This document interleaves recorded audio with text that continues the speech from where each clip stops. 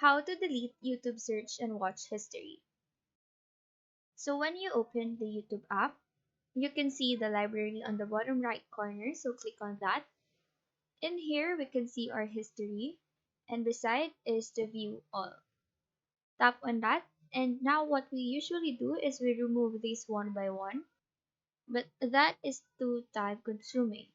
What we should do is we click the three dots here at the top, proceed to history controls, and then click on clear watch history as well as the search history.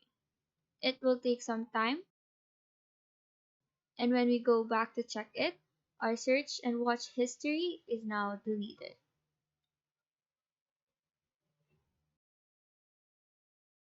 That is all for this tutorial.